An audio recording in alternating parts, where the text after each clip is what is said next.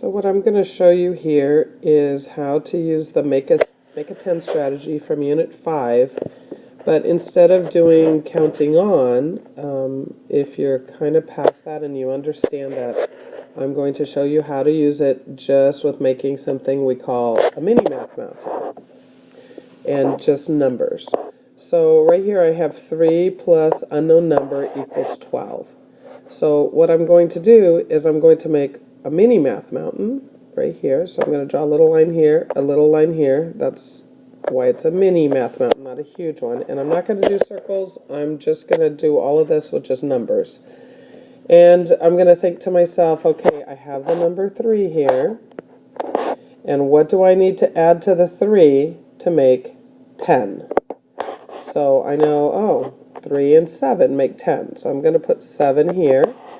And I'm going to circle these two just to help me out that, okay, I made 10 and write a 10 here. So now my total is 12 and I have 10 here. And how many more do I need to add to 10 to get to 12? And I say, oh, 10 and 2 make 12. So I'm going to put my 2 here.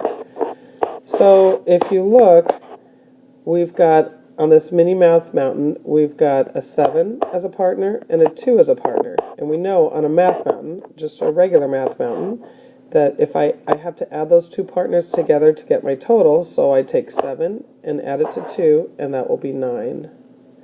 And that goes in the box. Now remember to always go back and think to yourself, does this make sense?